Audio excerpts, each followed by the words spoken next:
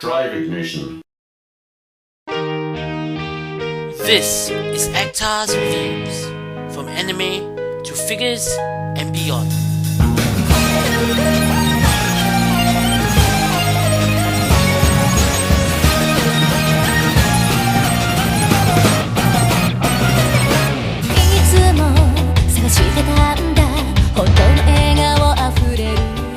Hey, this is ActSta and welcome to another episode of ActSta's Figure Reviews. It's been quite a while since the last ActSta figure review, and there's a tongue twister for you there. And if you recall that review, I deemed ActSta Nanoha to be the definitive Loli Nanoha figure. She is definitely miles better than her Figma counterpart in nearly all aspects: design, details, articulation, accuracy, and accessories. Truly worthy of the name ActSta, which is a combination of the word action and statue. The details and quality of a completed PVC figure combined with the articulation and accessories of an action figure. And now a figure that I've been waiting eons for, ActSta Fate Testarossa, has arrived in my hands. Anyone who has watched any of my Nanoha videos know that I'm truly a devout Fate Testarossa fan. While I could go on forever as to why I find her so appealing, let's just say that she is docile and cute most of the time, but ready to lay waste to any enemy that stands in her way once she dons her menacing barrier jacket. It's that juxtaposition of her quiet demeanor and kick-ass fighting that I adore. And that pretty much explains why I love other similar characters such as Tama-chan from Bamboo Blade, Eve from Black Cat, and Anri from Do-Ra-Ra-Ra. Putting my love for Fate aside, another reason as to why I have been so anxious to get this figure was because the Figma figure of movie Fate was a huge letdown. Its biggest problem being the accuracy and design of her head and face. With ActSta Nanoha being a winner in my book, I really hope that this is the Fate figure that all of us Fate Fanatics have been waiting for. The box is pretty much exactly the same as the Nanoha one, except in a grey and yellow color scheme. I have to say, the design definitely looks much better in grey than blue. On the sides, more pictures of Fate, and on the back, even more pictures showing off the various poses that you can get the figure into, as well as the included accessories. So let's open this up and take a look at the contents inside.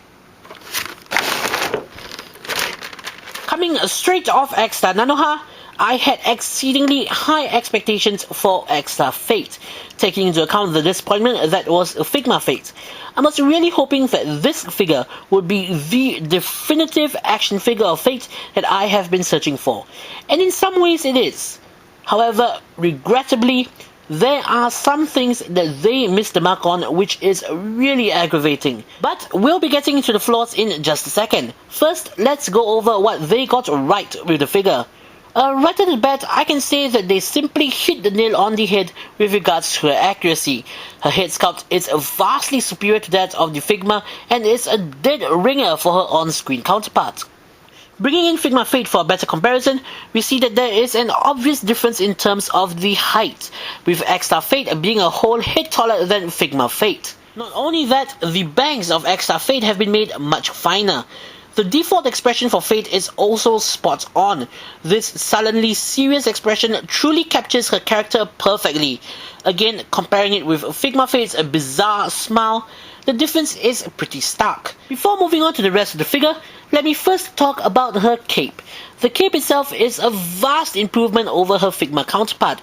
The cape is more symmetrical and more static.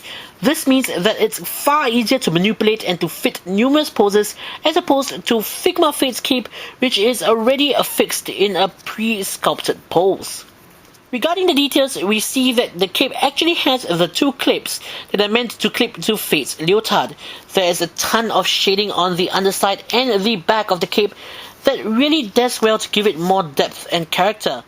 There are several interesting design elements and innovations built into the cape alone. First off, the cape is built out of 4 pieces: the top collar, the 2 sides, and the bottom piece. Now these 3 pieces are individually articulated with a regular joint that enables you to pose them in whatever way you choose. You can really tell that the designers were trying their best to make the cape as poseable as possible while still trying to keep the illusion of it being a solid single piece. Now, this portion on the back of the cape is made of soft PVC with slits in the supposed folds of the fabric. The soft PVC will flex and conform to whatever position the bottom flaps are in. Attaching the cape onto Fate is a breeze. All you have to do is to slide it over her shoulders and ensure that this peg is pegged into the hole on her back. I really do like the fact that the clips on her cape actually line up with the strap on her leotard. There really isn't much to talk about the details or design-wise with Fate herself, as her design is far more simplistic than Nanoha's. Rest assured that everything is there, from the intricately sculpted hair to the soft PVC skirts to the individually sculpted ribbons on her boots. And as you'd expect, the sculpting and paint job is sharp and crisp.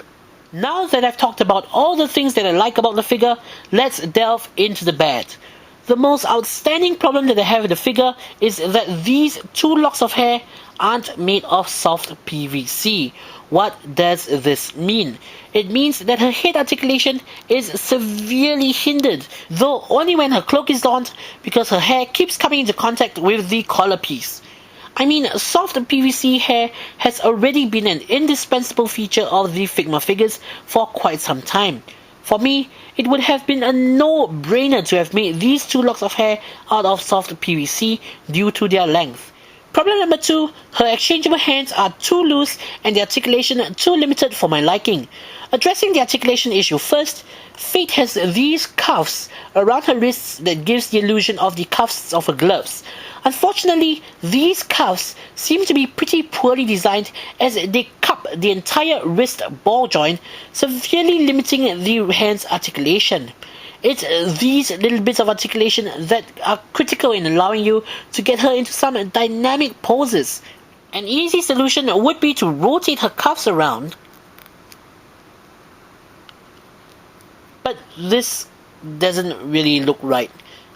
Continuing on, the issue of the looseness of her hands stems from the fact that aside from being hard to pose without pulling away from the arms slightly, the stems of her hands are far too short. While her hand articulation is limited by her cuffs, they actually have 3 points of articulation, once at the forearm itself, once at the wrist, and once at the hand itself.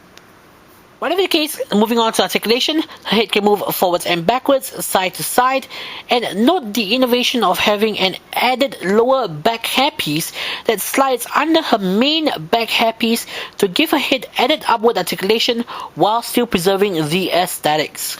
Her twin tails are on ball joints, so you can pose them in whatever way you choose. Her arms can move forwards and backwards and in and out. They can also move up and down and in and out slightly at her body itself to give you a more wider range of more natural posability. Her elbows do bend. They can rotate side to side at the upper arm. They can also rotate side to side at her forearm. We've already talked about her disappointing hand articulation. She does have a chest joint, I would say, or an upper body joint that offers a slight forwards and backwards movement and slight side-to-side movement, nothing too much to write home about. She does have a waist joint that affords a very, very little side-to-side motion. Her legs do move forwards and backwards, in and out. They can rotate at the thigh. She does have a knee joint that offers a rotation at both ends of the joint. As for feet, they can move forwards and backwards, rotate side to side, and swivel side to side this way as well. The front of her foot is even on its own separate ball joint. Overall, I would say that the articulation is stellar if you're able to look past the two flaws of the head and hands. On to the accessories. Firstly, we have two exchangeable faces, one of them featuring Fate with a slightly battle enraged expression, and another one that has her finding inner peace. Just like Nanoha, Fate comes with numerous pairs of exchangeable hands that ranged from splayed open to closed fisted to those that will allow her to hold her intelligent device, Bardish.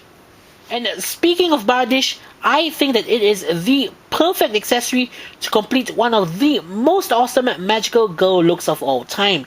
The design of the weapon is phenomenal and has grown on me considerably over the past year. In fact, I would go as far as to say that I like the look of the new movie version a little more than the original. as I said in a Figma figure review way back, the new Bardish is far more menacing and imposing and does a better job in resembling its namesake and axe. As for the accessory itself, there's really nothing much that I have to say about it. I mean, if you've seen one Bardish, you've seen them all. I do really like the translucent yellow plastic, and just for size comparison, here it is compared with the Figma version of Bardish. Next, we have Bardish in scythe form. And this is why I love Bardish so much. After all, to me, there is no cooler looking weapon than the scythe. The yellow energy blade is again made out of that gorgeous yellow plastic. Lastly, Bardish's third mode, its glaive form. Technically speaking, a glaive is supposed to be the archaic word for a sword, but here, Bardish's glaive form looks much more like a spear. For this mode, yellow plastic is present in the form of 3 energy fins extending from the shaft. Something that I'm really thankful for is that they provided 3 separate shafts for all 3 modes of Bardish. This means that you can display the other 2 forms of Bardish besides her at the same time. Bringing in a stand, we see that unlike Figma's and their rather generic bases, we have a really gorgeous translucent yellow base with an intricately sculpted magic circle just oozing with individuality and personalization. I did mention in the ActSta review that I found her curved stand to be bizarre. This time round, they included a more traditional straight stand. A clamp piece and an L-shaped attachment is provided, but I say this peg is all that you'll need. To peg Fate onto a stand, you have 2 holes on her back. You can plug the stand into either with her cape off. With the cape in place, you can still peg her into the stand in 2 ways. First off, you can plug the stand into the bottom hole, but this limits the cape's articulation. Instead, you could remove the center cape piece and plug the stand in from there, securing the cape in place at the same time.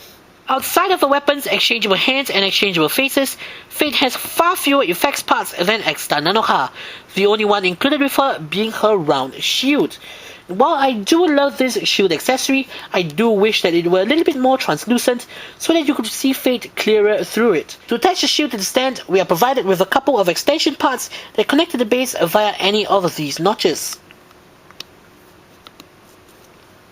The shield clips to a transparent stand that pegs into any one of the holes on the extension part. The stand for the shield is articulated at 2 points and can be swapped out with another stand of different length to accommodate different poses. While I do like all the included accessories, it does leave more to be desired. Perhaps some energy balls or even an arc saber projectile would have been great. I mean, heck, what about Arf? I know that Arf doesn't get her puppy form in this movie, but a scaled down Arf figure would have been brilliant. Nanoha did come with Yuno after all. In conclusion, I really want to like this figure. And I do. Just not as much as I would have liked to. While still boasting all of the awesome features that we've come to know from the ActSta line, such as superb details, accuracy, and accessories, the issues that I have with the articulation really bogged down my enjoyment of the figure. Not to mention, it would have been really nice to have had more accessories included, like more effects parts or even an articulated ARF figure. But in the end, I still do recommend the figure and think that it is the best action figure of Loli Fate thus far. The ActSta figure does truly combine the best aspects of both an action figure and a completed PVC statue. Even though it has its flaws, it's nowhere as bad as the Figma figure. So, if you are a die-hard Loli Fate Testarossa fan like I am, I say pick this figure up. So, this is ActSta saying, see you guys in the next episode.